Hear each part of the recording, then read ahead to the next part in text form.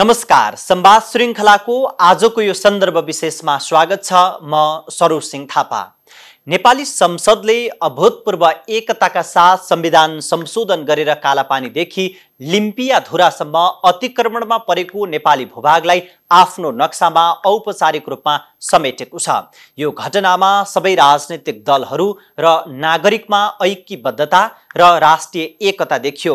नेपालीहरूको यो एकताले मिचाहा प्रवृत्तिको छिमेकीमाथि धक्का पुग्ने त निश्चित देखिन्छ नै, सँगै नेपाललाई पनि यो कसरी फिर्ता ल्याउने भन्ने गम्भीर जिम्मेवारी थपिएको छ। संसारका 192 देशमा सीमा विवाद छन्, तर नेपालको यो सीमा विवाद मात्रै सीमित छैन, अतिक्रमण भएको छ। त्यसैले अब नेपालको बाटो के हो, आज हामी यही विषयमा केन्द्रित रहेर संवाद गर्दैछौँ र संवादका लागि हामीसँग हुनुहुन्छ अन्तर्राष्ट्रिय कानुनका ज्ञाता एवं पूर्व महान्यायाधिवक्ता डाक्टर युवराज सङ्ग्रौला। डाक्टर साहब, स्वागत छ यहाँलाई। धन्यवाद।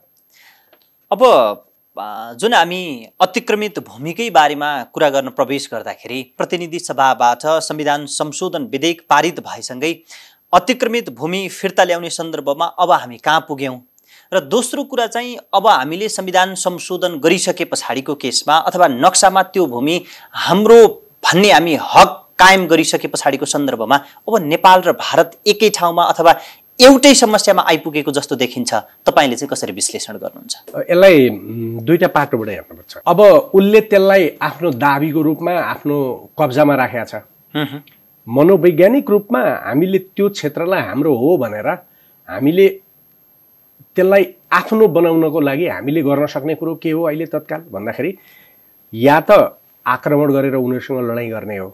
त्यो अहिलेको युगको अन्तर्राष्ट्रिय कानुन र अन्तर्राष्ट्रिय सम्बन्धले त्यसलाई स्वीकार गर्दैन। हामीले पनि गर्नु हुँदैन एउटा सभ्य देशका नाताले।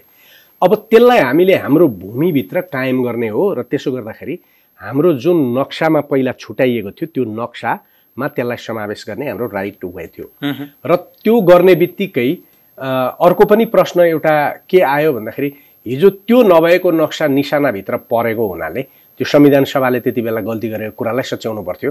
त्यो पनि हामीले गर्यौँ भनेपछि यो आन्तरिक प्रक्रिया हाम्रै अहिलेसम्मका आन्तरिक कुरा भयो। यो जहिले गरे पनि हुने कुरा थियो। यो हाम्रो आन्तरिक प्रक्रियामा गयो। यो आन्तरिक प्रक्रियामा गएको हुनाले यो वार्तासँग जोडिएको कुरो होइन।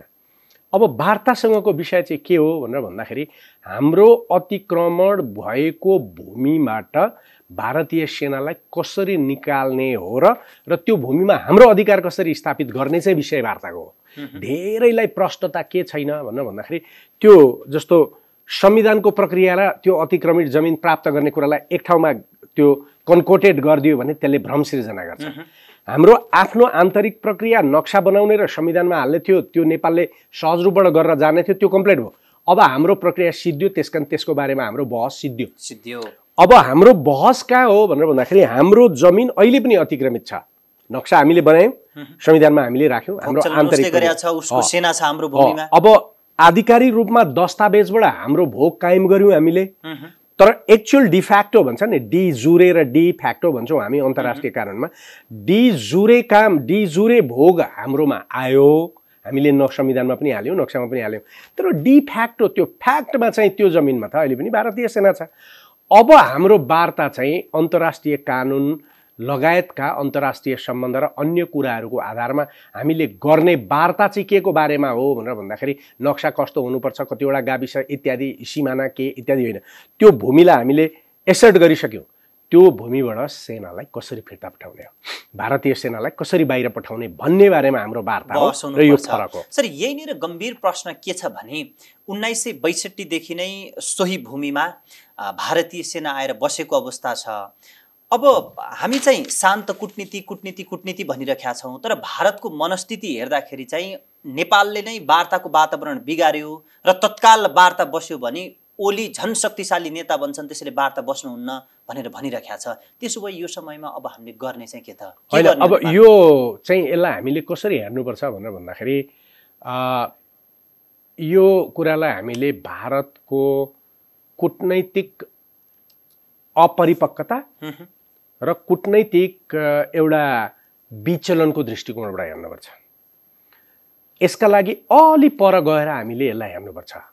यो को शक्तिशाली हुन्छ, को शक्तिशाली हुँदैन भन्ने आधारबाट वार्ता गर्नुपर्छ कि पर्दैन भन्ने उसको सोचको स्रोत चाहिँ अलि पर 1950-47बाट आउनुपर्छ। हामीले 1947मा भारत स्वतन्त्रता भइसकेपछि 1950मा नेपाल र भारतको जुन मैत्री तथा शान्ति सन्धि भयो, त्यो सन्धि गर्ने बेलामै भारतले के सोच बनायो त्यति बेला जवाहरलाल नेहरूको मान्यता के हो भने जवाहरलाल नेहरूले भलै भारतीय जनताले भारतीय स्वतन्त्रताको आन्दोलन गरे पनि जवाहरलाल नेहरूले भारतको स्वतन्त्रतालाई कहाँ लगेर समाप्त पारिदिएको हो भनेर भन्दाखेरि महात्मा गान्धीदेखि लिएर सबैका कुराहरूलाई छोडेर सबै कुरा यथावत, खाली ब्रिटिसहरू फर्किएर जाने, ब्रिटिस फर्किएर गएको ठाउँमा जवाहरलाल नेहरू र उनको क्याबिनेट आउने, यति मात्रै परिवर्तन हो।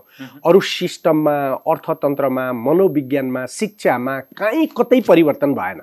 त्यसकारण त्यो जनताले स्वतन्त्रताका लागि आन्दोलन गरे पनि भारतमा भएको रेजिम चेन्ज हो। ओके, त्यो रेजिम चेन्ज हुँदाखेरि तपाईलाई मैले एउटा उदाहरण दिएर भनौँ, नेपाललाई हेर्ने दृष्टिकोण जवाहरलाल नेहरूको डिफेक्टिभ थियो, त्रुटिपूर्ण थियो।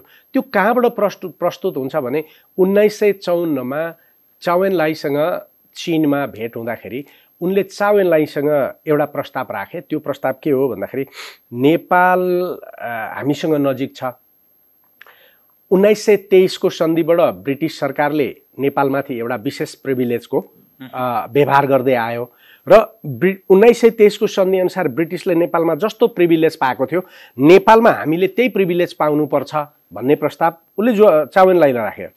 त्यो उनको रिपोर्टमा छ, जवाहरलाल नेहरूले लेखेको रिपोर्टमा छ। अनि चाउ एन लाईले भने त्यो स्वतन्त्र देश हो, स्वतन्त्र देशको बारेमा कसरी हामीले केही गर्न मिल्छ, के भन्न मिल्छ भन्ने कुरा गरेपछि उनको लास्ट अनुरोध त्यसमा के पनि थियो भनेर भन्दाखेरि यदि तपाईहरूले यो कुरा मान्नुहुन्न भने पनि कम्तीमा नेपालमा राजदूतावास नखोल्नुहोस्, भारतमा जुन राजदूत छ यदि तपाईहरूको कूटनैतिक सम्बन्ध हुन्छ नै भने पनि कूटनैतिक सम्बन्ध नगर्नुहोस्, कूटनैतिक सम्बन्ध गर्ने नै हो भने राजदूत नराख्नुहोस्, भारतको राजदूतले हेर्ने व्यवस्था मिलाउनुहोस् भन्ने यो जवाहरलाल नेहरूको। यसलाई मैले थियोराइज गर्दाखेरि इन्टरनेसनल ल र इन्टरनेसनल रिलेसनबाट के भनेको छु भने यो नेपालको इन्डिपेन्डेन्सलाई स्वीकार चाहिँ गर्ने, ओके, तर गाइडेड, इन्डियाले गाइड गर्ने। त्यसकारण हाम्रो इन्डिपेन्डेन्स उसका लागि गाइडेड इन्डिपेन्डेन्स हो, अर्थात् डी फ्याक्टो सुजरेन्टीमा उसले लाने जवाहरलाल नेहरू।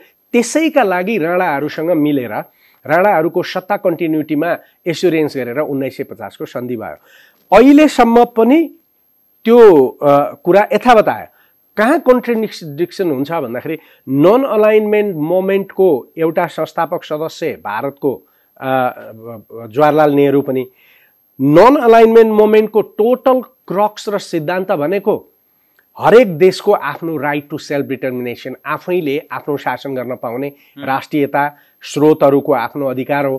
तर उनी नन अलाइनमेन्ट मोमेन्टको संस्थापक, तर उनले भुटान, नेपाल र श्रीलङ्कालाई गर्ने र बर्मालाई गर्ने जुन व्यवहार हो त्यो व्यवहारमा चाहिँ उनले हिजो ब्रिटिसले जे गरेको थियो उनी त्यही गर्न चाहन्थे। त्यो गाइडेड इन्डिपेन्डेन्सको उनको जुन थ्योरी हो त्यही थ्योरी भारतले अहिलेसम्म कन्टिन्यू गर्दै आयो, एक्सेप्ट आइके गुजरालले यसलाई छोड्नुपर्छ भनेर भन्यो र एउटा स्वर्ण युग दक्षिण एसियामा सुरु हुन्छ अब सम्बन्धको बारेमा भन्ने माने पनि त्यसपछि आइके गुजराल पछाडि फेरि त्यही यथावत गरियो र अहिले आउँदाखेरि पनि त्यही थ्योरीबाट भएको हुनाले भारतीयहरूको मनस्थिति, भारतीय विज्ञहरूको, भारतीय मिडियाको, भारतीय नेताहरूको, सबै बुद्धिजीवीको सबैको मान्यता के हो भने नेपाललाई हामीले गाइड गर्नुपर्छ, श्रीलङ्कालाई हामीले गाइड गर्नुपर्छ, बर्मालाई हामीले गाइड गर्नुपर्छ, भुटानलाई हामीले गाइड गर्नुपर्छ भन्ने आधारबाट 23 सिद्धान्त अनुसार 1950 पछाडि हाम्रो क्याबिनेटमा भारतीय सल्लाहकार, हाम्रो राजाको सल्लाहकार, हाम्रो राजाको एडिसीमा भारतीय मान्छे, हाम्रो क्याबिनेटमा सचिवसम्म भनेपछि तिमीहरू इन्डिपेन्डेन्ट हौ, आफ्नो जमिन छ, तिमीहरू स्वतन्त्रपूर्वक शासन गर, तर तिमीहरूलाई सल्लाह दिने अधिकार चाहिँ हाम्रो हो भन्ने अहिले पनि मान्यता त्यही हो।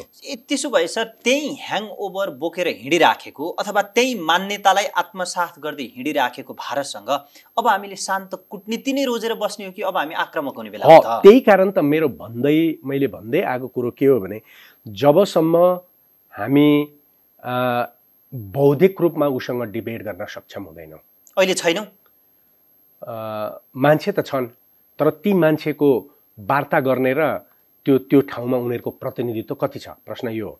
किनभने आम देशको बौद्धिकता सरकारभन्दा बाहिरपट्टि छ। सरकारले त्यो बौद्धिकतालाई राष्ट्रको लागि प्रयोग गर्ने कुनै पनि पोलिटिकल पार्टीले कहिले पनि नीति बनाएनन्, देशमा चाहना राखेनन्। न कम्युनिस्टहरूले, न काङ्ग्रेसले, न हिजो पञ्चायतले, कसैले पनि गरेनन्। राजाले एउटा सर्टेन टाइममा राजा महेन्द्रले केही व्यक्तिहरूलाई प्रयोग गरेका थियो, जस्तो यदुनाथ खनाल जस्ता मान्छे थिए, ऋषिकेश शाहहरू जस्तो यस्तो एउटा चाहिँ समूहलाई राजाले प्रयोग गर्थे। यद्यपि उनीहरूका कुरा कति मान्थे आफ्नो ठाउँमा छ, तर बाहिरबाट हेर्दाखेरि दरबारभित्र मान्छेको एउटा विचार जाने खालको कतै न कतै एउटा सुनिश्चितता त्यति बेला थियो। तर त्यो पनि राजाले पनि त्यसलाई प्रयोग गरेर शासन गरेको त देखिएको चाहिँ छैन। तर पछिल्लो समयमा विश्वेश्वर प्रसाद कोइराला र केही हदसम्म कृष्ण प्रसाद भट्टराई र मनमोहन अधिकारी, यी तीनजना मान्छेले चाहिँ अत्यधिक मानिसहरूसँग, बौद्धिकहरूसँग इन्टरेक्ट गर्ने, सोच्ने, छलफल गर्ने र आफ्नो माइन्ड मेकअप गर्ने प्रचलन देखाए। तर त्यसभन्दा पछाडि कुनै पनि सरकारले, गिरिजाप्रसादको सरकारदेखि अहिलेसम्म कसैले पनि त्यो चेष्टा राखेका छैनन्। त्यो बौद्धिक भनेको एउटा व्यक्ति वा अर्को व्यक्तिको रूपमा होइन, त्यो खारिएको बाहिरको जुन बौद्धिकता हो त्यसलाई राज्यको सर्भिसमा लगाउने जुन त्यो देखिँदैन। परिणाम के भयो भन्दाखेरि बाहिरपट्टि बौद्धिकता छ, सरकारभित्र त्यो बौद्धिकता कति होला।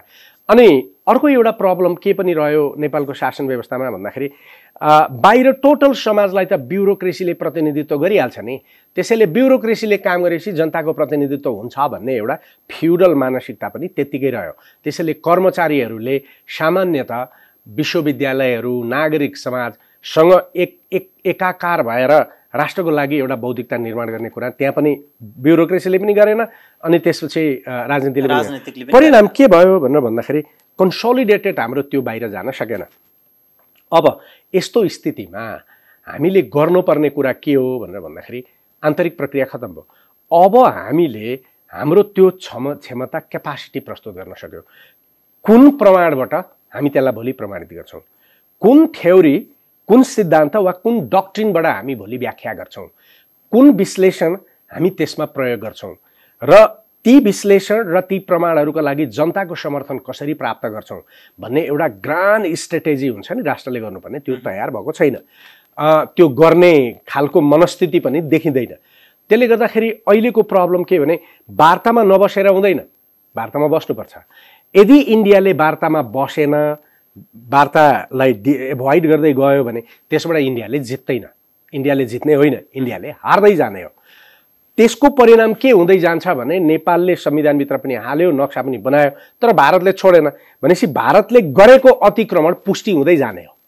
त्यसो भए अहिले भारतका विदेश मन्त्रालयका प्रवक्ताले दिइरहने वक्तव्य, त्यसमा सेना प्रमुखले दिएको वक्तव्य, यी सबै हेर्दाखेरि चाहिँ भारत वार्ताका लागि तयार छैन र आफू तल पर्ने सम्भावनाका कारणले गर्दा यी कुरा टार्न खोज्दैछ भन्ने अर्थबाट बुझ्न सकिन्छ। बुझ्नु पनि त्यसरी नै पर्छ, तर त्यसका पछाडि हामीले उसको मनोविज्ञान, आफ्नो कूटनीति गर्दा अर्काको कूटनीतिको मनोविज्ञान पनि बुझ्न सक्नु जरुरी छ। ओके, त्यसरी हेर्दाखेरि किन भारतले तत्काल वार्तामा आउँदैन भन्दाखेरि हाम्रो पो भूमि हो त, हाम्रो भूमि हो, त्यसकारण हाम्रो भूमि हो भन्ने कुराको प्रमाण हामीसँग छ। हामीसँग त्यहाँ जनसङ्ख्याको लगत छ, हामीसँग त्यहाँ हिजो कर तिरेका, मालपोत तिरेका लगायतका सबै कागजपत्रहरू छन्, ऐतिहासिक दस्तावेजहरू हामीसँग छन्, नक्साहरू छन्। उसँग त छैनन् नि त। अनि उसले त त्यति बेलासम्म वार्तामा कसरी अगाडि आउँछ जबसम्म डर हुँदैन। त्यसकारण अब उसले त के गर्छ जबरजस्त भनेर भन्दाखेरि देशका हर किसिमका मान्छेहरू प्रयोग गरेर उसका नेपालमा भएका सबै राजदूतहरूलाई प्रयोग गर्ला, उसका चाहिँ अहिलेको सरकारलाई समर्थन गर्ने नगर्ने खालका देशका पक्षमा रहेका सबै बुद्धिजीवीहरूलाई कन्सल्टेसन गर्ला र सबैलाई लगाएर पहिला हाम्रा प्रमाणलाई उसले नयाँ प्रमाण त बनाउन सक्दैन। अब हाम्रा प्रमाणलाई खण्डित गर्ने तर्कहरू के निर्माण गर्न सकिन्छ, नीतिहरू के बनाउन सकिन्छ, त्यो निर्माण गर्नका लागि उसलाई टाइम लाग्छ। त्यसो भए त हामी जति छिटोभन्दा छिटो भारतलाई वार्ताको टेबलमा ल्याउनु पर्ने जरुरी रहेछ। यहाँ त रात्रै अग्राग पलाउँछ भन्ने परिस्थिति रह्यो र आफू तल हुँदासम्म वार्ता बस्न नचाहने भारतलाई तत्काल वार्ताको टेबलमा ल्याउने वातावरण चाहिँ नेपाली कूटनीतिले अब होइन, वार्तामा उसलाई ल्याउन हामीले अरू केही पनि गर्न सक्दैनौँ। उसलाई वार्तामा आऊ भनेर हामीले पटक पटक भन्ने हो, आह्वान गर्ने हो, जुन गरिरहेका छौँ। यदि ऊ वार्तामा आउँदैन भने त्यसको वैकल्पिक रूपमा देशमा बसेका, देशमा रहेका, देशलाई माया गर्ने, राजनीतिमा सरेक रहेका एकाडेमिसियन्सहरू, इन्जिनियर्सहरू, सीमाविदहरू जति पनि छन् उनीहरूबाट अर्को वैकल्पिक एउटा चाहिँ आधार तयार गर्दै जाने हो। जस्तो सरकारले भन्नु पर्यो संसारका राम्रा राम्रा जर्नलहरूमा यो भूमि हाम्रो हो भनेर तपाईहरु इन्टरनेशनल जर्नलहरूमा आर्टिकल लेख्नुस् भन्नु पर्यो। अनि त्यहाँबाट गर्नु पर्यो भने मतलब उदाहरणको लागि भन्नु पर्यो संसारका अरु कतिपय मिडियाहरूमा गएर तपाईहरुले यो हाम्रो भूमि भारतले यसरी अतिक्रमण गरेछ वार्तामा आएन भनेर भन्नु पर्यो। अब यसलाई अन्तर्राष्ट्रियकरण भन्दिन म, यसले आफ्नो जनमत बनाउने खालको कुरा गर्नु पर्यो। नेपालीहरूलाई आम देशका पश्चिमदेखि पूर्वसम्म भएका विभिन्न बुद्धिजीवीहरूलाई के कारणले हामीले चाहिँ यो प्रमाणलाई यसरी प्रस्तुत गर्यौं भन्ने जानकारी गराउनु पर्यो। देशका पत्रकारहरूले फरक फरक कुराहरू, मिडियाहरूले फरक फरक कुराहरू नलैजाउन् भन्नका लागि सरकारले मिडियाहरूलाई बोलाएर ती प्रमाणहरू देखाएर विश्लेषण गर्नु पर्यो र आह्वान गर्नु पर्यो। तपाईले सरकारको आलोचना गर्नुस्, विचारको आलोचना गर्नुस्, प्रधानमन्त्रीको आलोचना जे गर्नुस्, आपत्तिको कुरो भएन, तर यो राष्ट्रको कुरोमा तपाईहरुले एउटै कुरा बोल्दिनु पर्यो। र यदि तपाईहरुले यसलाई खण्डित गर्ने खालका उत्तेजित कुराहरू ल्याउनु भो, उदाहरणको लागि सरिता गिरीलाई ल्याएर बोल्न लगाउने खालको कुरो पनि हुन्छ, त्यस्ता खालका कुरा गर्नुभयो भने त मिडियामा हामीले रिसाउनु पर्ने हुन्छ है पनि भन्न सक्नु पर्यो हैन।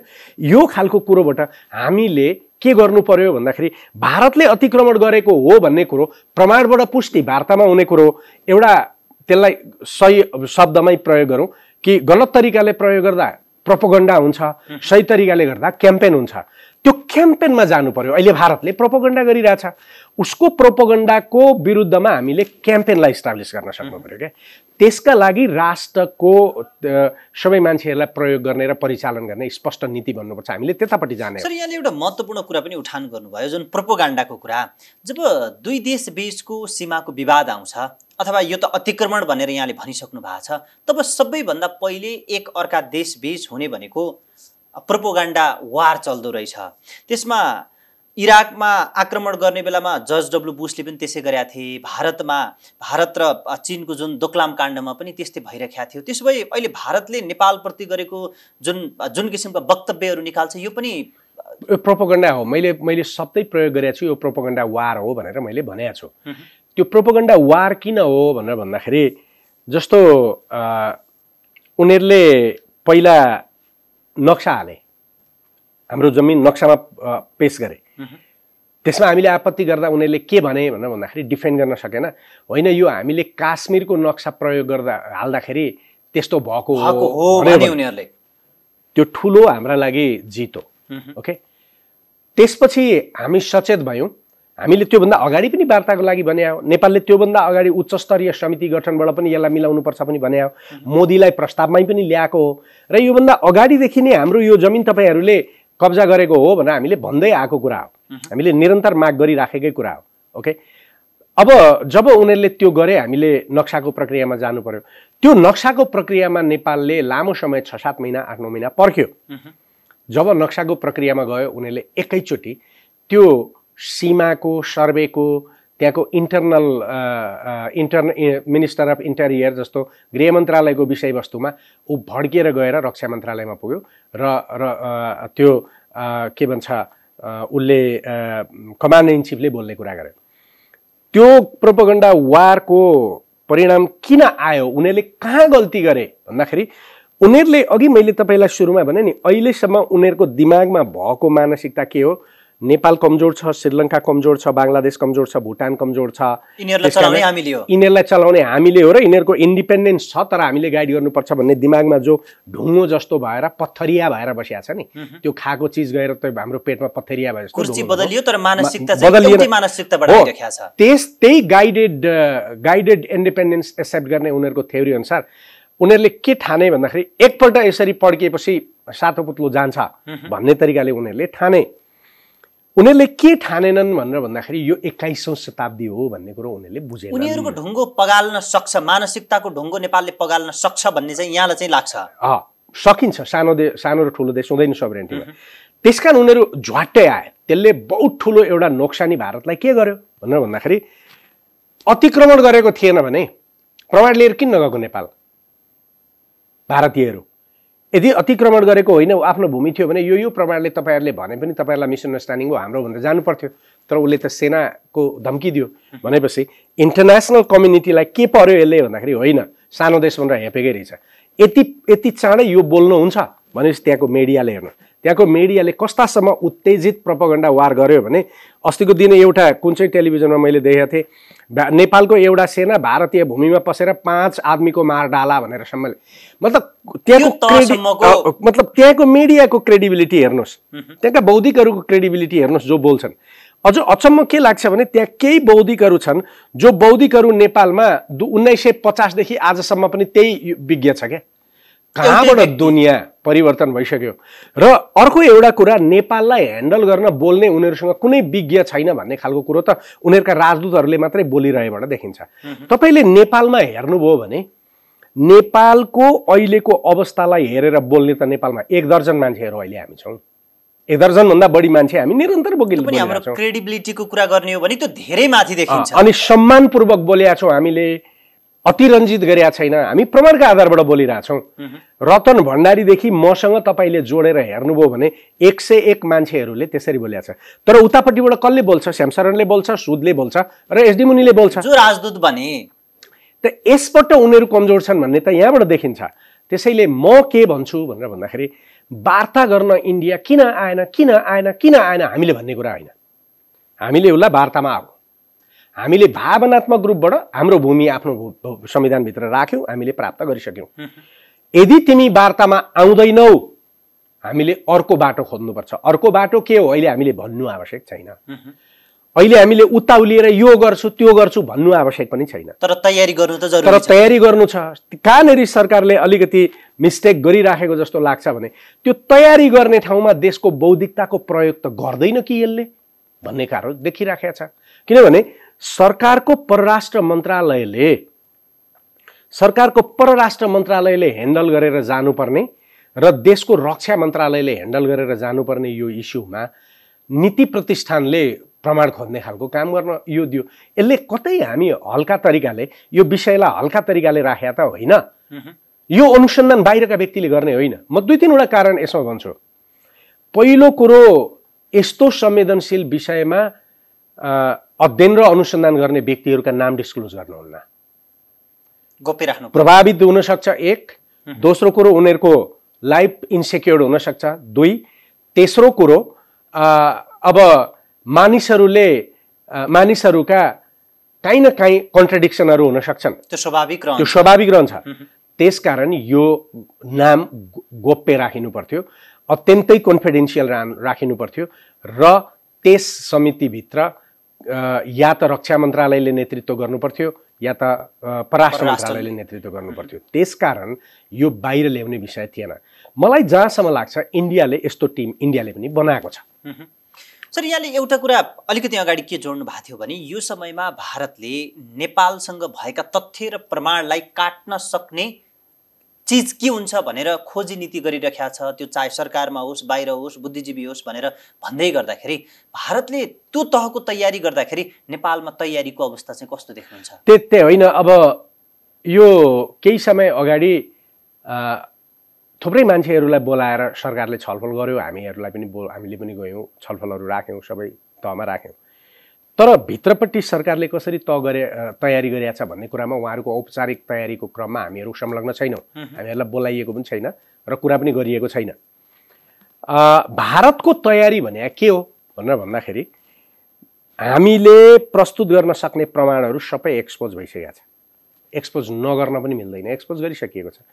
हामीले प्रस्तुत गर्ने प्रमाणको काउन्टर कुराहरू गर्नको लागि उसले के बनाउन सक्छ। नयाँ प्रमाण उत्पन्न गर्न सक्दैन, अघि मैले भने, तर उसले तर्क निर्माण गर्छ वा उसले त्यसको सिद्धान्तहरू निर्माण गर्छ। के गर्न सक्ला भनेर भन्दाखेरि हाम्रा अरू कतिपय त्यस्ता डकुमेन्टहरू उसले प्राप्त गर्न सक्ला। हाम्रा कतिपय मानिसहरूलाई उसले प्रभावित पार्न सक्ला, कन्ज्युर गर्ने भन्छ नि। जस्तो उदाहरणको लागि यदि ठिक छ नेपाल अन्तर्राष्ट्रिय अदालतमा गयो भने ठिक छ नि, के आपत्ति भएर। नेपाल र भारतको सिमाना डिफाइन छैन, जसले जता जता मागे पनि भयो नि भन्ने खालका कुराहरू पनि ल्याए उनीहरूले। भोग चलनको कुरा पनि रहन्छ होला। भोग चलनको कुरा ल्याए। कतिपय व्यक्तिहरूबाट कसरी पनि बोलाए भने यो सिमानामा त इन्डियाले चिठी अन्तर्राष्ट्रिय अदालतमा पठाएर हामी सिमानाको कुरामा अन्तर्राष्ट्रिय अदालतको अधिकार क्षेत्र मान्दैनौँ भनेर हालिसकेका छ भन्ने कुराहरू पनि उठाए। अर्थात् मैले भन्न खोजेको कुरो यो जुन विवाद हो यो विवाद अतिक्रमणको होइन सिमानाको हो भनेर डाइभर्ट गर्न उनीहरूले खोजे। कतिपय अवस्थामा त्यहाँको मिडियाले उत्तेजित गर्न खोज्यो। उत्तेजित गर्दाखेरि हामीहरू जस्ता मान्छेले पनि उत्तेजित भएर काउन्टर गरून् भन्ने उनीहरूको चाहना देखियो। तर हामीहरूले संयमित भएर के कुरो मिडिया मार्फत भन्दै रह्यौँ भने नेपालको सिमाना अमेरिकासँग जोडिएको छैन, त्यस कारण अमेरिकासँग लडाइँ हुँदैन। हाम्रो लडाइँ कोसँग हुन्छ? चीन र भारतसँग हुन्छ सिमानामा। किनभने हामी छिमेकी हौँ, हामी अब पनि युगौँ युगसँग हामी नै छिमेकीको रूपमा रहने हो। र उनीहरूसँग विवाद पनि छ र सबैभन्दा ट्रस्ट गर्ने शक्ति पनि छ हो। त्यस अर्थमा हाम्रो विवाद लिम्पिया धुरामा छ। बाँकी सबै कुरामा हाम्रो भारतसँग सुमधुर हाम्रो सम्बन्ध छ। त्यसकारण अरू सम्बन्ध बिगार्ने गरी हामीले जानु हुँदैन हामीले भन्यो। तर नेपाल चीनसँग गयो, नेपालले चिनिया कार्ड प्रयोग गर्यो, कतिपय नेपालीले समेत प्रधानमन्त्रीको ओली चीनको बोलियो भनेर भारतीय सञ्चारमा सारा कुरा त्यो प्रभोग गर्न खोजेको थियो। त्यो प्रभोग गर्न खोजेको कुरोमा मैले चाहिँ भन्दै के आएको हो भनेर भन्दाखेरि मैले जहाँ जहाँ कुरा गर्दाखेरि एकजना मन्त्रीले यसको बारेमा कुरा गर्नु राम्रो हुन्छ, जोसुकै मन्त्री होस्, तर राष्ट्रपति प्रधानमन्त्री र अरू महत्त्वपूर्ण व्यक्तिहरूले यसको बारेमा केही पनि कमेन्ट नगरौँ है हामी भनेरै भन्दै आएँ मैले चाहिँ। किनभने जस्तो सबैले बोल्दा पनि मोदी बोलेको छैन नि। त्यसैले कतिपय मान्छेहरूको भनाइरह्यो जस्तो प्रधानमन्त्रीले संसदमा यस्ता यस्ता कुरा पनि बोलिदिया भए हुन्थ्यो भन्ने पनि रह्यो। होइन, प्रधानमन्त्रीले बोल्दा सन्तुष्टि हुन्थ्यो नागरिकलाई, तर प्रश्न के हो भने सन्तुष्टिसँग मात्र जोडिएको कुरो होइन। त्यसकारण हामीले त्यो कुरालाई पनि हेर्नुपर्छ। त्यसकारण हामीले ठान्नुपर्छ के भने वार्तामा भारत आएन आत्तिने बेला होइन, आउनुपर्छ। आएन भने हाम्रो अर्को विकल्प हामीले खोजेर जाने हो। किनभने यो लडाइँ हामीले अब सुरुवात गरेका छौँ र अब आउने सरकारहरूले यसलाई टेकअप नगरेर हुँदैन, गर्नुपर्छ। अब संविधानभित्र परिसकेको कुरो भोलि आउने जुनसुकै सरकारले संविधानको शपथ खाएर भित्र आउँछ भनेपछि उसले यसलाई गर्नुपर्ने बाध्यता हुन्छ। अहिलेको रेस्पोन्सिबिलिटी के हो भने हामीले राष्ट्रिय जनमत निर्माण गर्ने हो। त्यसो भए सर, अब मानिलियौँ कि भारतले वार्तालाई आलटाल गर्दै पछाडि धकेलिरहेको सन्दर्भमा अब हामी राष्ट्रसङ्घसँग पुग्ने हो कि हामी अन्तर्राष्ट्रिय अदालतसम्म जाने हो कि यो विषयलाई अन्तर्राष्ट्रियकरण गर्दाखेरि कसरी गर्ने हो अथवा गर्ने होइन, त्यो पाटोमा चाहिँ यहाँलाई स्वाभाविक रूपमा भारतले वार्ता गर्न चाहेन, वार्ता गरेन, एउटा निश्चित समयसम्म वास्ता गरेन। पटक पटक हामीले लेख्दाखेरि बोलाउँदा पनि उसले यसमा वास्ता गरेन भने त्यसपछि अर्को बाटो भनेको यो अब हामीले एउटा मेडिएसनको बाटोमा जानुपर्ने हुन्छ। सामान्यतया राष्ट्रहरूले के गर्ने गर्छन् भने त्यस्तो अवस्थामा तेस्रो देशलाई हाम्रो तर्फबाट तिमीले केही गरिदेऊ भन्ने अनुरोध हुन्छ।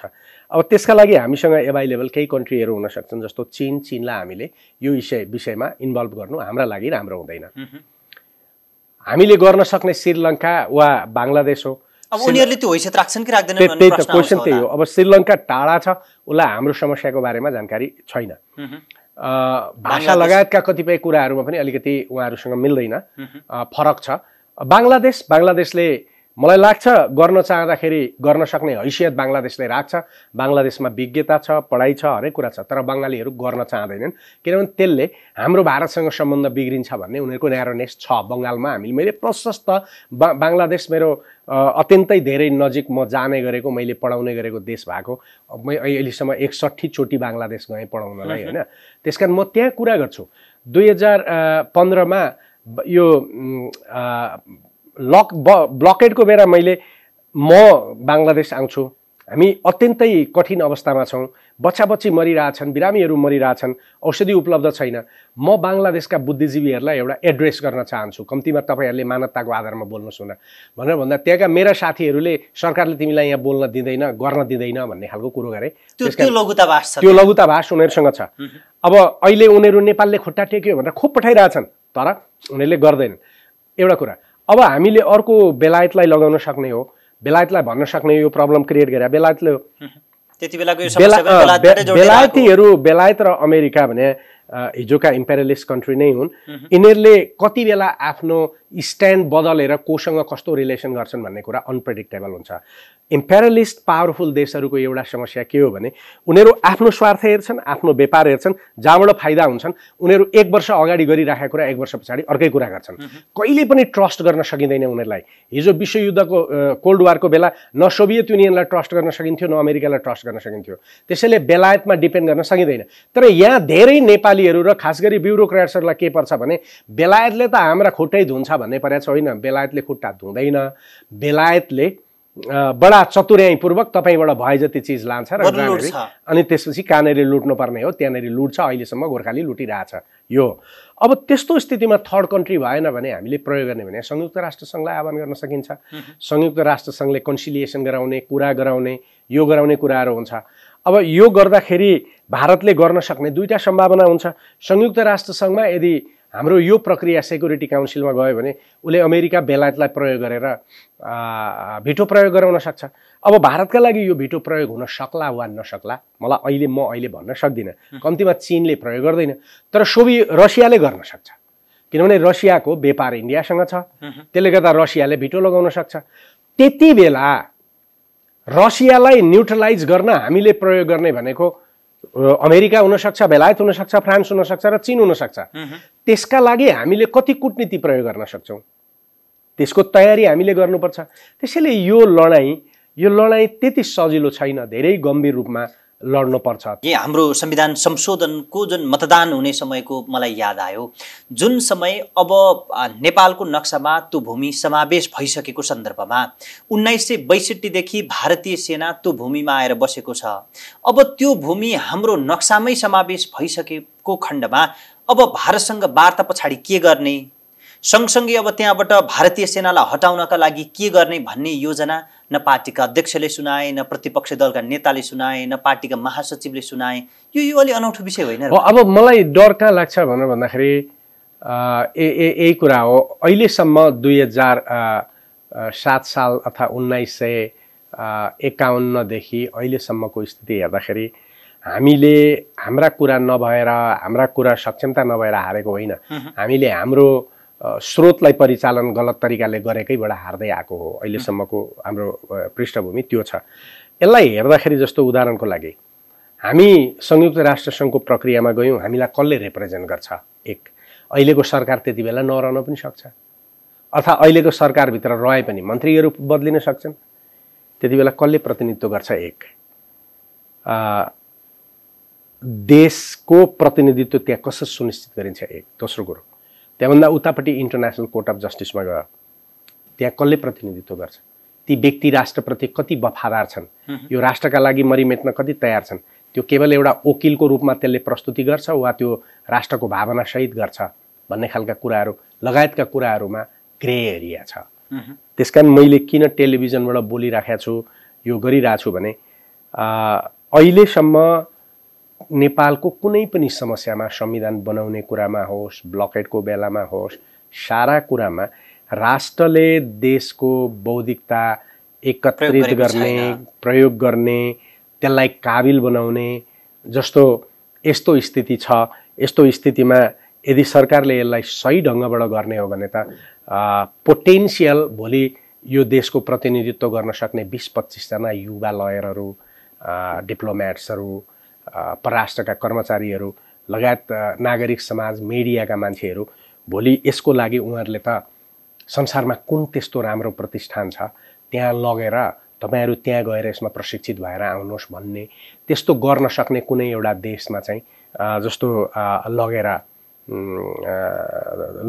त्यहाँ चाहिँ प्रशिक्षित गराउने लगायतको कुरो। यो विषयको सन्दर्भमा कुरा उठ्दाखेरि मैले फेसबुकमा यो नेपालको बारेमा जब यो एउटा सानो पोस्ट गरेको थिएँ, मलाई डेनमार्कको एकजना यो इन्टरनेसनल रिलेसन सोसाइटीको डाइरेक्टरले, मेरो साथी हुनु नि, उनले मेसेन्जरमा के लेखिन् भन्दाखेरि I think you people have been very positively directing towards diplomatic process.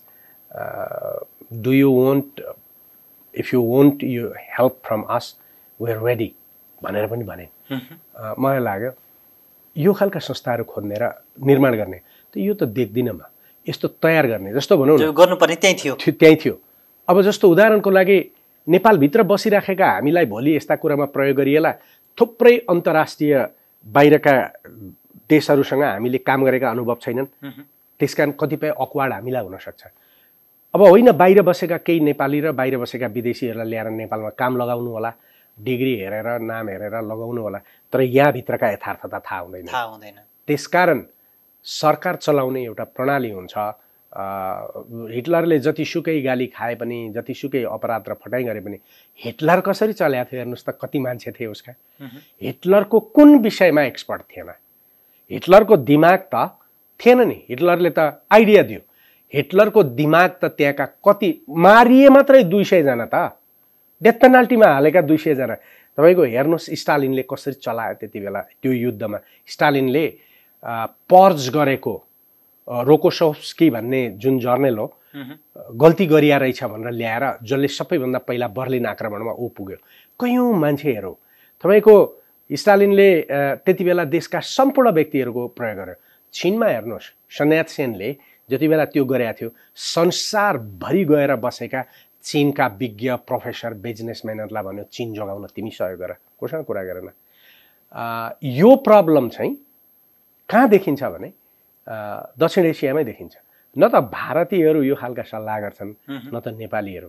त्यसकारण हामी कहाँ यो संयन्त्रभित्र जुन एउटा फ्युडल प्रवृत्ति छ त्यो फ्युडल प्रवृत्तिभित्र कसरी हेरिँदो रहेछ भन्दाखेरि एउटा उसले बर्टन रसलले साह्रो राम्रो कुरो लेखेका छन् कि त्यो के हो भन्दाखेरि मेरो खुसी कसरी हुन्छ भनेर चिन्तित भइदिएको र अरूको दुःख कसरी हुन्छ भन्ने कुरामा सरोकार नराखिदिए मात्रै पनि संसारका आधा समस्या समाधान हुन्थे। तर दुर्भाग्य यो देशमा के छ भने फलानो म योभन्दा जान्ने भएर यो काम गर्छु भन्ने चाहिँ कसैको छैन।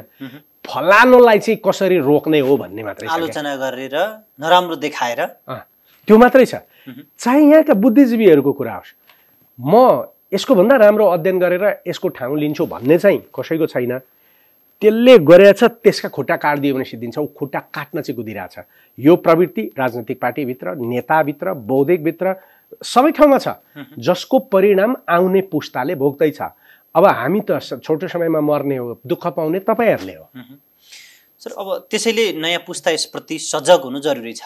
अब हामी यो सीमाको कुरा गरिरहँदा अथवा अतिक्रमणकै जग्गाको कुरा गरिरहँदाखेरि कतिपयले चाहिँ अब यसले भारतले नेपाललाई नाकाबन्दीसम्म लाउन सक्ने परिस्थिति छ, यसबाट कतिपय समस्या पनि उत्पन्न हुन सक्छन् भन्ने खालका आकलन पनि गरिरहेछन्। तपाईँले चाहिँ यो अवस्था कस्तो देख्नुहुन्छ? होइन, मतलब आकलन गर्नु आवश्यक छ, हुन पनि सक्छ भनेर जानुपर्छ, ओर्स हुन्छ भनेर जान्नुपर्छ। तर यसको तयारी, पूर्व तयारी त जरुरी छ होला नि त सर। त्यही त, त्यो त सरकारले गर्नु पर्यो नि त त्यस अर्थमा।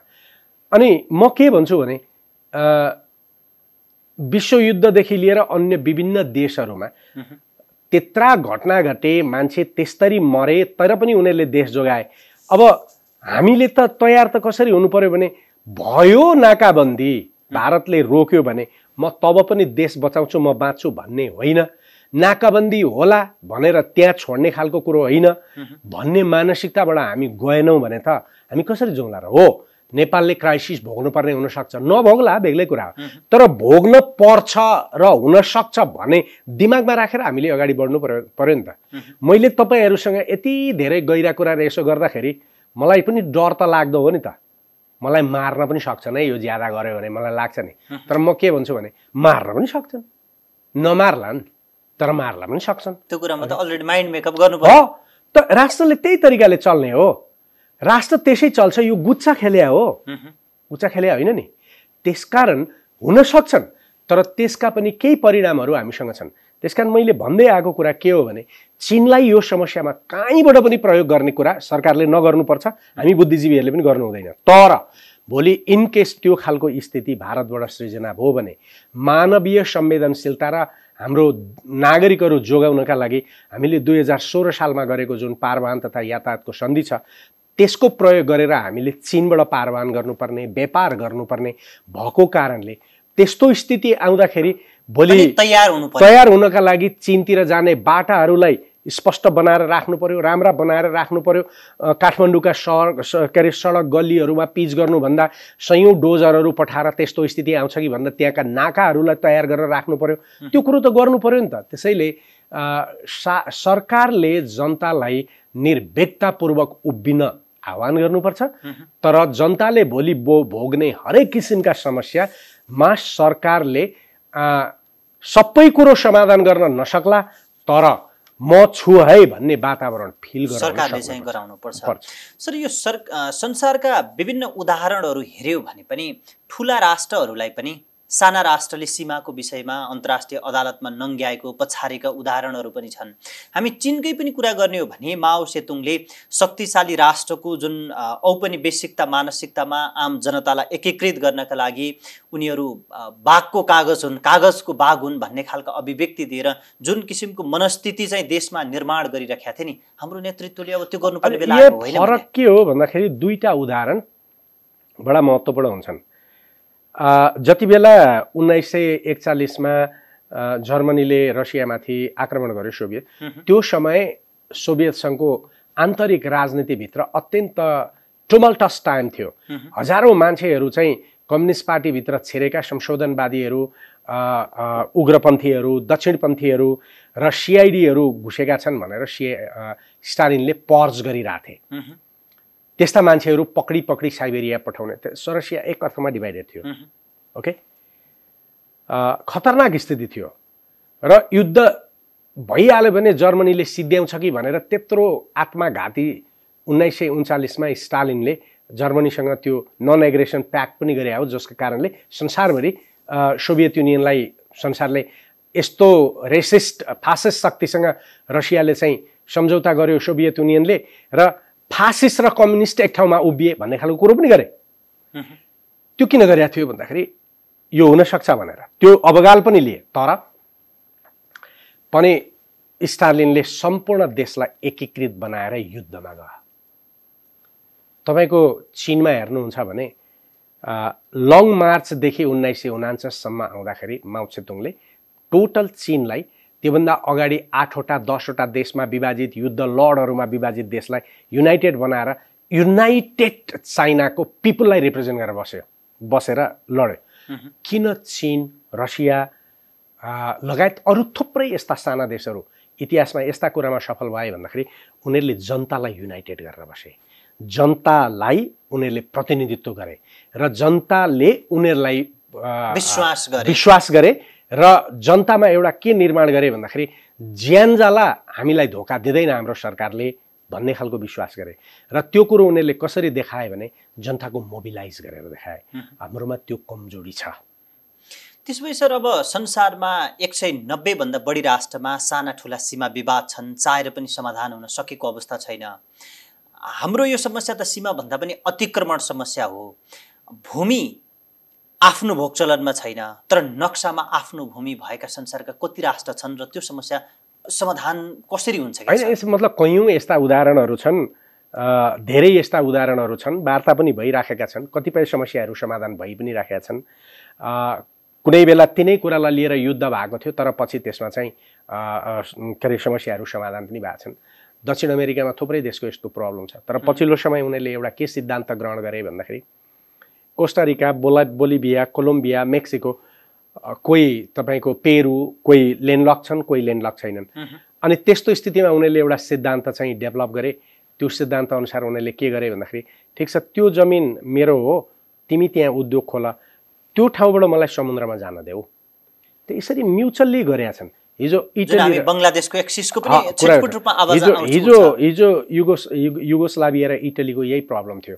युगोस्लाभिया र इटलीले त्यसै गरी युगोस्लाभियालाई समुद्रमा जान इटलीले उसको आफ्नो बाटो दियो, अनि युगोस्लाभियाले उद्योगहरू खोल्नको लागि आफ्नो भूमिमा त्यो दियो। तपाईँले अहिले हेर्नुभयो भने स्विजरल्यान्डको एयरपोर्ट फ्रान्सको जमिनमा छ। त्यहाँ हामी जति बेला स्विजरल्यान्ड जान्छौँ त्यहाँ फ्रान्समा ओर्लिन्छौँ पहिला त्यो एयरपोर्टमा, तर स्विजरल्यान्डले आफ्नो जमिन फ्रान्सलाई अर्को प्रयोजनको लागि दिएको छ। त भोलि यस्ता स्थिति पनि यसो गर्नुपर्छ भनेर अहिले हामीले जाने होइन। वार्तामा ती चिजहरू पनि हुन सक्छन् भोलि, कि उनीहरूले जस्तो इन्डियनहरूको बौद्धिकता, इन्डियनहरूको कूटनीतिमा वास्तवमा साँच्चीकै छिमेकी देशहरूलाई सम्मान गर्ने र एउटा विश्वास गरेर जाने खालको एउटा म्याच्योर कूटनीति थियो भने हामीले यो कुरा उठाउने बित्तिकै उनीहरू वार्तामा आउनु पर्थ्यो र उनीहरूले के भन्नु पर्थ्यो भने हाम्रो बाध्यता यस कारणले छ, हामीलाई यो कारणले यो छ, ठिक छ यो भूमि तपाईहरुकै रहेछ तर म पनि प्रयोग गर्छु, तपाईहरु पनि प्रयोग गर्नुहोस्, विन विनको सिचुएसन एउटा चाहिँ तर यो बापत म तपाईहरुलाई यो दिन्छु, तपाईहरुको डेभलपमेन्टमा सहयोग गर्छु। 19-20 वर्षदेखि हुलाकी मार्ग बनाउने भनेर कमिट गरेको कमिटमेन्टको एउटा पनि बाटो बन्दैन, फलामथोक बनाउँछु भनेको एउटा पनि आउँदैन, 50-70 अरब पैसा भूकम्प पछाडि दिन्छु भनेको पैसा पनि आउँदैन, अनि त्यसपछि फुलबारीको बाटो दिन्छु भने हामीले काँकर भिटामा सिल गरेर 50 ठाउँमा इन्डियन आर्मीले बाटो लिएर बङ्गलादेश जानुपर्ने स्थिति छ, बङ्गलादेशको कस्टम पुग्ने बित्तिकै सबै भुइँमा झार्न पर्छ। यो खालको जुन इन्डियन पद्धति हो, कलकत्ताबाट आउने सामान कलकत्तामा कयौं चिजहरू डिमरेज त्यो कुहिएर बिग्रिन्छ, कहिले त्यहाँ हड्ताल हुन्छ, यी चीज कुराहरू छन्। यो सब समस्या चाहिँ तपाईहरुको डेभलपमेन्टका हर कुरामा म लाग्छु त्यसरी उहाँहरू आएको भए हाम्रो भूमि दिन्थ्यौं कि दिदैनौं थियो त्यसपछिको कुरा थियो। फरक पाटो रह्यो तर होइन, एउटा ठुलो देश हो, हामीसँग कुरा गर्न आयो, हाम्रा सम्मान गर्छु त भन्यो नि त। कम्तीमा हामीले 1914 मा हामीले हाम्रो सेना सहित 13,000 सेना ब्रिटिसलाई दिएर र युवाहरू भर्ना गर्न दिएर विश्वयुद्धमा हामीले ब्रिटिसलाई सहयोग गरे बापत 1923 मा सन्धि गर्दा ब्रिटिस जस्तो इम्पेरियलिस्ट कोलोनियल पावरले पनि हामीलाई हात हतियार लान दिन्छु, स्टोर गर्न पनि दिन्छु, तिमीहरूसँग हाम्रो कुनै अविश्वास छैन, ट्याक्स पनि लिन्न, यहाँतिरको ट्याक्स तिमीहरूको सिमानामा पुगेपछि त्यो खोलेर रिबेट गर्छु लगायतका कुरा भनेर सन्धि गर्यो। इम्पेरियलिस्ट शक्तिले पनि गुण मान्यो त्यति बेला। भनेपछि भारतलाई हामीले 60,000 मान्छे सेना दिएर राखेका छ, हामीले उसलाई कोशी नदी दिएको छ, उसको व्यापार सेटेलाइट हामीले बनाएको छ, त्यत्रो पपुलेसन हुँदा हुँदै हामीले हाम्रो सिमाना खुल्ला राखिदिएको छ। त्यसैले अबको प्रश्न के हो भनेर भन्दाखेरि मैले भने अब भारतसँग वार्ता यसले होला कि नहोला। अब देशले वार्तै अब अर्को बाटो लिनुपर्छ। त्यसकारण मेरो थ्योरी के हो भनेर भन्दाखेरि, मेरो आफ्नो सिद्धान्त के हो भन्दाखेरि, अब चीनसँग भारतसँग हामीले एउटा अडानसँग सम्बन्ध राख्ने हो। कम टु स्टेप्स ब्याक भनिरहेको छु क्या मैले, दुई कदम पछाडि आऊ। त्यो 2 कदम पछाडि के भने यिनीहरूसँग हेरेर किन हात थाप्छौ? म अब आम देशका राजनैतिक पार्टीहरू र उहाँहरूले गर्नुहुन्न भन्ने युवाहरूलाई आह्वान गर्छु, गरिरहेछु, सम्पूर्ण रूपमा देशको ताकत पहिला नेपालको एग्रिकल्चर प्रोडक्सनमा हामी लगाउँ। अब 5 वर्षमा देशलाई पुग्ने खाद्यान्न उत्पादन गरौँ, मासु उत्पादन गरौँ, कपडा उत्पादन गर्न थालौँ, जुत्ता उत्पादन गर्न थालौँ। देशको पुरै ताकत अब जनताहरूले हामी यसमा लगाउँ। राजनीतिक नेतृत्वले अहिलेसम्म नगरेको त देखिसक्यो नि त, त्यो युवाले गरेर देखाउँ। अब हामी आफै गरौँ। जब हामी यसरी सक्षम हुन्छौँ, एग्रो बेस्ड इन्डस्ट्रीमा हामी जाउँ र 10 वर्षमा हामीले हाम्रो पर क्यापिटा हाम्रो उत्पादनबाट बढाउँ। हैन, कुनै मन्त्रीले इन्भेस्ट गर्न आऊ भन्छ, कुनैले के भन्यो, होइन, हामी पहिला सक्षम बनौँ। त्यो सक्षम बनिसकेपछि हाम्रो बार्गेनिङ क्यापासिटी थाप्ने भन्दा पनि आफै उत्पादन गर्ने र अनि मैले भनेको छु, एक यो यस्तो उत्पादनको प्रक्रियामा हामीले गएर मात्रै हाम्रो यो 200 वर्षको अपमानित इतिहासलाई हामी समाप्त गर्न सक्छौँ। एक र दोस्रो कुरो, यो अपमानित इतिहासमा हामी चीनसँग पनि खुल्ला सिमाना राख्न यदि चीन मान्छ भने खोलौँ, नो प्रब्लम। भारतसँग पनि खुल्ला सिमाना राखौँ, तर खुल्ला सिमाना भने खेतमा हाम्रा नक्सा पिलर सार्ने खालको होइन। जतिवटा नाका छन्, नाकाबाट आवत जावत हुन्छ, तर अरू ठाउँमा अब काँडेतार लाग्नुपर्छ। जहाँ पायो त्यही काल्नबाट भिरबाट 10 गजालाई खाली छोडेर हाम्रो आफ्नो भूमि हामीले प्रोटेक्ट गर्नुपर्छ। किनभने यही महामारीले देखायो नि, नेपालमा कोरोना भाइरस कहाँबाट छिर्यो? सर, अब आज सबैभन्दा बढी प्रताडित सिमानाको कारणले पनि, कोरोना भाइरसको कारणले पनि तराईको सीमाकै अथवा तराईमै बस्ने नागरिक भनेपछि हामीले हाम्रो नागरिक सुरक्षित गर्नका लागि पनि र हाम्रो भूमि सुरक्षित यो गर्नु पर्छ। हामी अब काँडेतारकै कुरा गर्दाखेरि जुन हाम्रो तराई क्षेत्रमा भारतसँग जोडिएको जुन सांस्कृतिक सम्बन्धको कुरा छ, हाम्रो रोजगारीसँग जुन हाम्रो भारतीय इन्डियन आर्मीमा गएर भर्ती हुने कल्चर छ, अर्थतन्त्र जोडिएको छ, यो पाटोमा कति सहज होला? होइन, अनि मैले नाका त खुल्लै छाडौँ भने नि त, वीरगञ्जबाट छिर्नुहोस् आउनुहोस्, रक्सोलबाट छिर्नुहोस् आउनुहोस्, पतलैयाबाट जहाँबाट हुन्छ के अरे जोगबनीबाट छिर्नुहोस्, तर खेतबाट आउन जावत गर्नु भएन के। जुन खेत छ नि त्यो खेतबाट भएन। हाम्रा जुन जुन आउने जाने नाका जुन जोडिन्छन्, बाटा छन्, बाटाबाट आवजावत गर्न खुला राखौँ। उताबाट आउँदा नाम लेखाएर आउँ, जहाँ मन लाग्छ त्यहीबाट जाने आउने। तर हाम्रो 1800-2000 लामो किलोमिटर जुन बाटो हो, जहाँ जङ्गल छ जङ्गललाई आफ्नो आफ्नो ठाउँमा छोडौँ, जहाँ खेत छ खेतमा हाम्रो आफ्नो आफ्नो ठाउँमा राखौँ, जहाँ नदी छ नदीको किनारमा राखौँ। ओके, अनि तर जहाँ नाकाहरू सहर जोडिन्छन् त्यो ठाउँमा खुल्ला गरौँ। उताबाट आउनेको लेखेर भित्र आउँछ, हाम्रो लेखेर उता जान्छ होइन। कहिले लेखेर कम्तीमा कार्ड इस्यु गरिदिउँ, एउटा सानो टिकट दिने गरौँ। कोही मान्छे इन्डियाको मान्छे नेपालमा आउँदा एउटा टिकट लिएर आउँछ, जाने बेला टिकट छोडेर जान्छ, अनि थाहा हुन्छ हामीलाई त्यो मान्छे कहिले टिकट लिएर नेपाल पस्या थियो, कति वर्ष बस्यो, त्यसपछि गयो, त्यो ट्राभल हुनु पर्यो। भिसा नलगाउँ, आवजावत फेरि गरौँ, 5 मिनटभन्दा बढी सिमानामा नक्सामा उभिनु पनि नपरोस्। तर खुल्ला भनेको रातभरि स्मग्लिङ गर्ने चाहिँ होइन। अनि उतापट्टि महामारी भयो, उतापट्टि कोरोना भाइरस सर्यो भने राति यता आएर यताका मान्छे सिध्याउने खालको काम चाहिँ होइन, यताकाले उता गएर पनि होइन। त्यसकारण अब हामीले सोच्नु आवश्यक छ।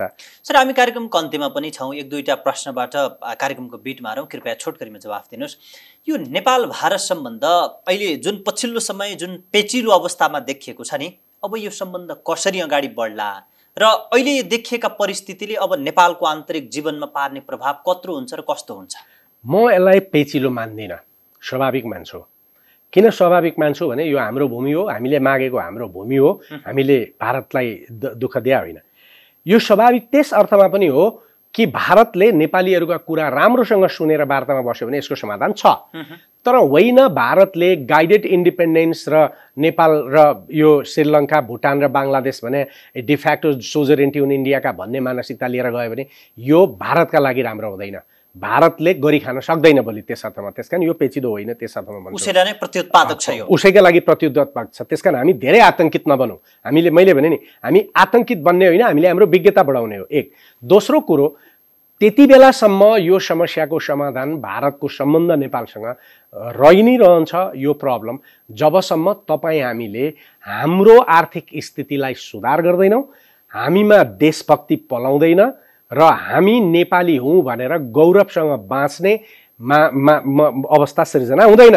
अर्थात् जबसम्म आधा नेपाली भएर बाँच्ने परम्परा हाम्रो हुन्छ, अर्ध नेपाली आधा नेपाली जन्मिँदै अमेरिका, अस्ट्रेलिया र नेपालका नागरिकता बोकेर जन्मिने क्रम, यो राजनीतिक संस्कारलाई जबसम्म बदलिँदैन राजनीतिक पार्टीले पनि केही गर्न सक्दैन। त्यसकारण मेरो आह्वान के भने, तपाईँ हामी मरेछौँ भोकले नेपालमै बसेर मरौँ, यही खनेर खाउँ, मरिएछ एउटा मात्रै मर्ने होइन, थुप्रै मर्ने होला। तपाईँ हाम्रा पुस्ताले राष्ट्रका लागि मर्ने हो। तर जो मान्छे जानु भएको छ तपाईँको स्वतन्त्रताप्रति मलाई आपत्ति छैन। तपाईँ जानुहोस्, मोज गर्नुहोस्, हवाईजहाज चढ्नुहोस्, अमेरिका, अस्ट्रेलिया, तर नेपाली भन्न बन्द गर्नुहोस्। कमाउन जानुहोस्, भन्नुहोस् देशलाई मैले अमेरिकामा 10 वर्ष जागिर पाएँ, देशमा डलर लिएर आउँछु, म गएँ भन्न जानुहोस्, तपाईँलाई टिका लाएर पठाउने हो। तर नेपालमा क्राइसिस हुँदा अमेरिकामा बस्ने, अमेरिकामा क्राइसिस भयो भने पछि फर्किहाल्ने, दुई खालका नागरिकता पनि राख्ने, भोट चाहिँ हाल्दिनँ म उतैको हुँ पनि भन्ने हुँदैन।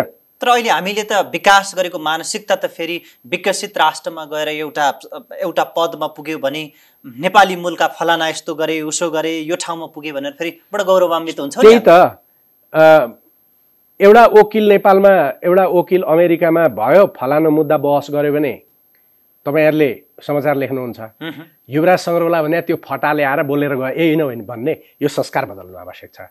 त्यसैले देशमा अब सांस्कृतिक क्रान्ति पनि आवश्यक छ। सर, यो धेरैको एउटा प्रश्न के छ भने भारत जुन रणनीतिक हिसाबमा पनि विविध कुराले गर्दाखेरि भारत सम्पन्न छ, ऊ आफूले विश्वमा आफ्नो उपस्थिति जसरी देखाइरहेको छ त्यो अर्थमा पनि ऊ दरिलो छ, तर हामी त कमजोर छौँ, गरिब छौँ, सानो छौँ। के भारतसँगको लडाईँ हामी लड्न सकौँला हो भन्छन् कि यसमा चाहिँ के हो खास? त्यही त स्युडो नलेजले देशमा भारतको 1% त्यहाँको जनसङ्ख्यासँग 75% धन छ, भारतीय जनता गरिब छ, भारत गरिब छ, भारतका पुँजीपति धनी छ। भारत 1 अरब पपुलेसन भएको देश हो, तर उसले अहिले पनि अन्तर्राष्ट्रिय सम्बन्धमा आफ्नो प्रभावकारी भूमिका खेल्न सकिराखेको छैन। उसको उपस्थिति रसियासँग नजिक, अमेरिकासँग नजिक भएको कारणले भारत हो, अर्थात् भारतसँग मिसाइल छ। भारतसँग मिसाइल भएको कारणले प्रभावित छ। तर भारतले जसरी रसियाले, चीनले, अमेरिकाले अन्तर्राष्ट्रिय सम्बन्धलाई परिवर्तित गर्न सक्छ, भारतसँग त्यो छैन। त्यसो सर माओले भने जस्तै भारत पनि कागजी बाघ मात्रै हो? त्यस्तै हो। तर भारतले एउटै चिज गर्यो भने फेरि भारत तत्काल अन्तर्राष्ट्रिय सम्बन्धमा लगभग चीन जस्तै प्रभावकारी बन्न सक्छ। त्यो के हो भने जसै कुखुराका पोथीले आफ्ना चल्लाहरू सँगसँगै विश्वासमा लिएर हिँड्छ नि, भारतले बर्मालाई, बङ्गलादेशलाई, नेपाललाई, भुटानलाई, श्रीलङ्कालाई साथमा लिएर भारतको आवाजमा आवाज मिलाएर र यी देशका समस्या समाधानमा हस्तक्षेप नगरेर सहयोग गरेर यदि भारत हिँड्यो भने मलाई लाग्छ भारतले यो गरेको 8 वर्ष 10 वर्षमा मान्छेले चीनको कुरो गर्न पनि बन्द गर्छ। किनकि भारत त्यति माथि पुगिसक्छ, त्यति माथि पुग्छ र संसारमा उसको आवाज सुरु हुन्छ। तर भारतलाई दुनियाँले अहिले के भन्छ भने भारतलाई कसरी विश्वास गर्न सकिन्छ जब उसले आफ्ना साना छिमेकीलाई गला रेटेर बसिरहेछ अनि उसलाई विश्वास गर्न सकिन्छ? होला भारत प्रधानमन्त्री जाँदा जहाँ पनि ठुल्ठुला कुरा देखाउलान्। म एउटा उदाहरण दिने गर्छु।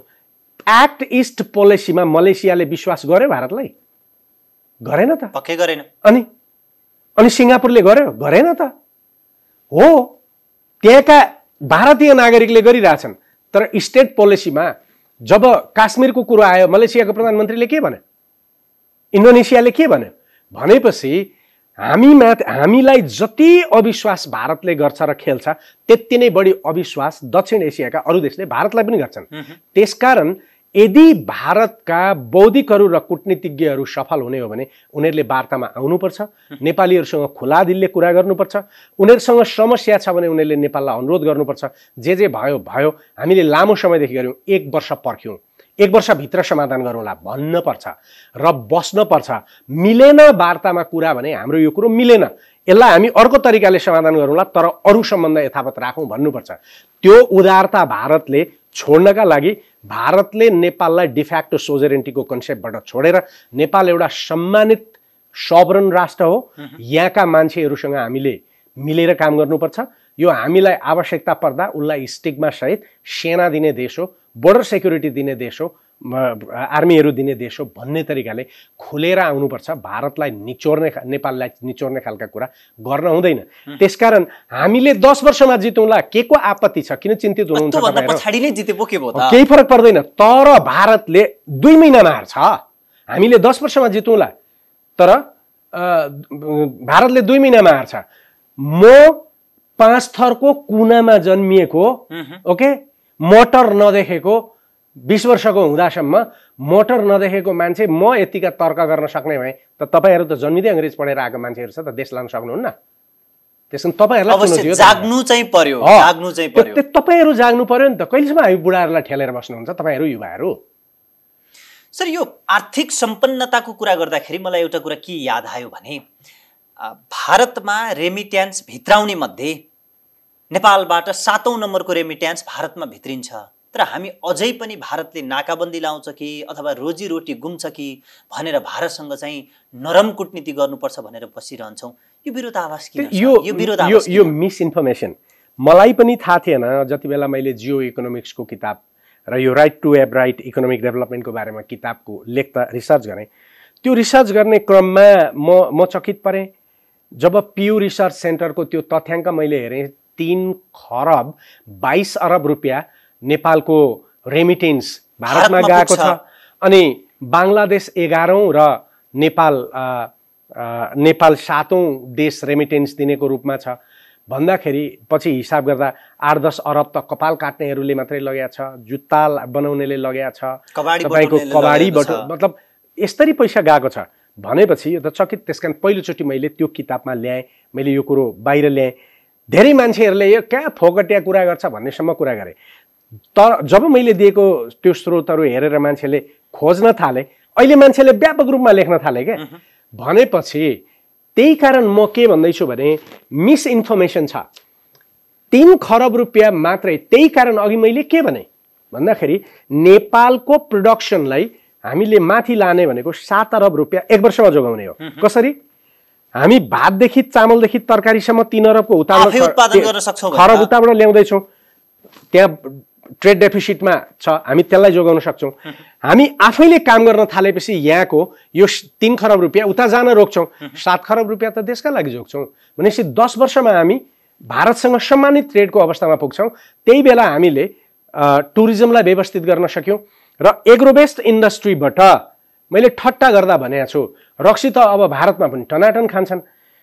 1500, 900, 1000 रुपियाँको चिली र फ्रान्सको वाइन खानुभन्दा हामीले पहाडमा अङ्गुर, स्याउ लगायतका चिजबाट वाइन उत्पादन गरेर बिहार र उत्तर प्रदेश दिने भए बिचरा त्यहाँका आर्थिक स्थिति कमजोर भएका मान्छेले 300 मा बडा राम्रो वाइन खान पाउँथे। कति राहत पुग्थ्यो होला नि त। अनि तपाईले, मैले यही कारण भन्दैछु, म के भन्छु भन्दाखेरि नेपालको, मलाई मान्छेले भन्छन् भने किन आर्मीलाई तपाईले यसो यो डेभलप, म भन्छु आर्मीले नै हो यो डेभलपमेन्टमा पहिला लिड गर्ने भनेको। मैले भने जहाँ जहाँ आर्मीका ब्यारेकहरू छन्, पहिला त आर्मीको संख्या 2,50,000 पार्नुहोस्। त्यो आर्मी भनेको कोर आर्मी थोरै होला, तर प्रोडक्सन आर्मीको रूपमा इन्जिनियर लगायतका मान्छेहरू हुन्छन् र देशभरि तपाईले ठुल्ठुला फार्ममा, त्यो ब्यारेकमा फार्महरू राख्नुहोस् र देशलाई पुग्ने उत्पादन त्यो ब्यारेकहरूबाट। कतिपयले त यही भएको आर्मीको संख्या पनि घटाउनु पर्छ, आर्मीलाई विकास निर्माणको काममा लाउनुहुन्न, ठेकदार बनायौँ भन्ने बिकेका मान्छेहरूले नेपालको आर्मीलाई डिफेम गर्ने र नेपालको स्वतन्त्रतालाई ध्वस्त पार्न भन्ने कुराहरू हुन्। त्यसो त हामी जहिले हाम्रो आर्थिक हैसियत माथि उठाउन सक्दैनौँ तब हामी पछाडि नै परिरहन्छौँ। त्यो त त्यही हो। त्यसैले मास्टरले त्यति बेलासम्म नोकरलाई हेपिरहन्छ जब त्यो नोकरले, त्यो मालिकले, नोकरले थाहा पाउँछ कि मैले यसलाई हेपेँ भने यसले अब छोडेर गएर भस्मै फाँडेर आफै खाएर आफ्नो घर बनाउनेवाला छ भने दिनदेखि हिजोसम्म त भनेको कान्छा यता आऊ राम्रो लुगा भन्ने यो कुरो हो। त्यसैले जबसम्म हामी सक्षम हुँदैन इन्डियाले हामीलाई राम्रो व्यवहार गरेन भन्नुको तुक छैन। त्यसो त हामी जहिले हाम्रो आर्थिक अवस्था अथवा भारतसँगको असमान व्यापार राखिरहन्छौँ तबसम्म हामी हेप्पी रहन्छौँ। त्यही कारण उत्पादनमा अगाडि जाउँ। हस्, त्यसकारण 200 वर्षको अपमानित इतिहासलाई बन्द गरौँ। हस्, यहाँलाई महत्त्वपूर्ण समय र संवादको निम्ति म आभार व्यक्त गर्छु। हजुर, धन्यवाद। धन्यवाद सर। भारतले अतिक्रमण गरेको सोही भूमि नेपालले नक्सामा औपचारिक रूपमा समावेश गरेसँगै अब नेपालले भोगचलन गर्नका लागि कस्ता कूटनैतिक पहल कदमीहरू चाल्नुपर्छ र अबको नेपालको बाटो के छ र के हुनुपर्छ भन्ने विषयमा मूलतः केन्द्रित रहेर प्राध्यापक डाक्टर युवराज सङ्ग्रौलासँग संवाद गर्यौं। नयाँ पात्र र विषयका साथ पुनः उपस्थित हुनेछौँ। नमस्कार।